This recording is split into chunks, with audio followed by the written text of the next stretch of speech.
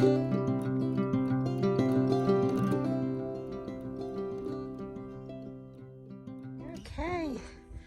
this is the first time I'm gonna get to use this year, and I'm so stoked. So give me a second and I'll show you what it's all about. Okay, so I am growing calendula flowers this year so that I don't have to buy them anymore for all of my lip balms and salves and my lotion sticks that I make. So I'm gonna go ahead and get to clipping these, and we'll come back and show you. So now the more you clip, the more they're gonna produce more flowers. So that's the awesome thing. So give me a minute and I'll come back to you again. So far I've only cut the flowers off of 6 of my calendulas. Now, I'm just going to give you a brief little look at the water spots on this Tupperware. Holy cow. Anyway, oh goodness, cogburn. Always when I'm trying to video. Anyway, they are used and have been used for a long time. They're said to have anti-inflammatory properties as well as antimicrobial properties. They're supposed to be extremely good for the skin, and especially in skin conditions or wounds.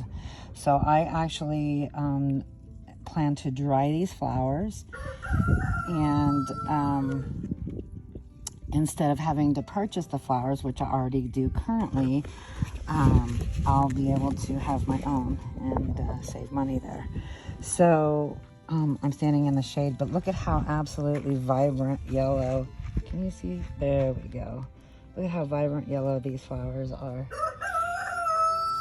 Oh, cogburn, be quiet. Anyway,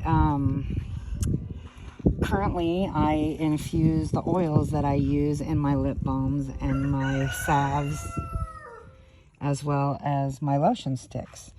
I infuse the oil for about 4 weeks before using it. So it's a process.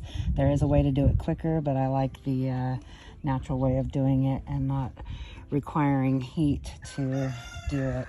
So anyway, I will be putting them in my air drying rack that my daughter and her fiance bought for me for Christmas. 1, 2, 3, 4, 5, 6, 7. There's 8 individual shelving units that are all zippered. So I can dry herbs in this, flowers, all sorts of things. Oh my goodness. Okay, so back to more cutting of the flowers. I'll be back momentarily.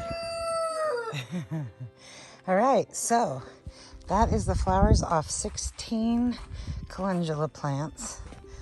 And we're gonna go ahead and go stick them into this thing. I wish I had a hands-free so I could show you doing this, but I don't. So let's set that down here. I'm gonna do it at a height I can reach easily. So there we go.